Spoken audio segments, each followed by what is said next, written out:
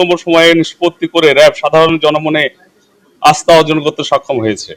উল্লেখ্য যে গত 7 আগস্ট 2025 তারিখ রাত্রি অনুমান 18:45 ঘটিকার সময় জিএমপি গাজীপুর বাসন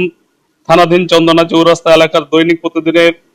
কাগজ পত্রিকার চিফ রিপোর্টার আসাদুজ্জামান তুহিন 39 প্রতিদিনের ন্যায় তথ্য সংগ্রহ করতে যান। মামলার এজাহার মতে সাংবাদিক আসাদুজ্জামান তুহিন বাসন থানাধীন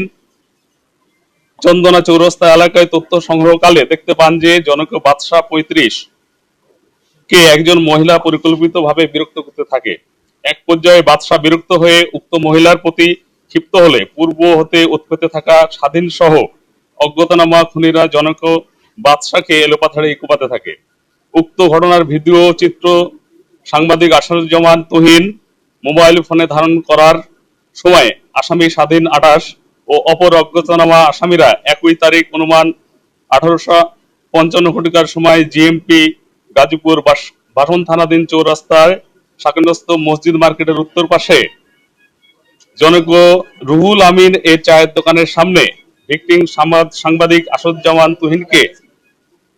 ধারালো দেশীয় অস্ত্রশস্ত্র দ্বারা শরীরের বিভিন্ন স্থানে এলোপাথাড়ি কোপ দিয়ে মৃত্যু নিশ্চিত করে।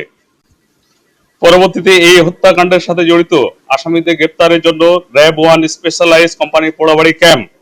গাজীপুরের আভিযানিক দল বিষয়টি আমলে নিয়ে ছায়া তদন্ত শুরু করে এবং আসামিদেরকে গ্রেপ্তারের জন্য গোয়েন্দা নজরদারি বৃদ্ধি করে। গত 8 আগস্ট দেখেন আমাদের সমস্ত জায়গাতে আমাদের টিম কাজ করে, আমার সিভিল এবং আমাদের যে সমস্ত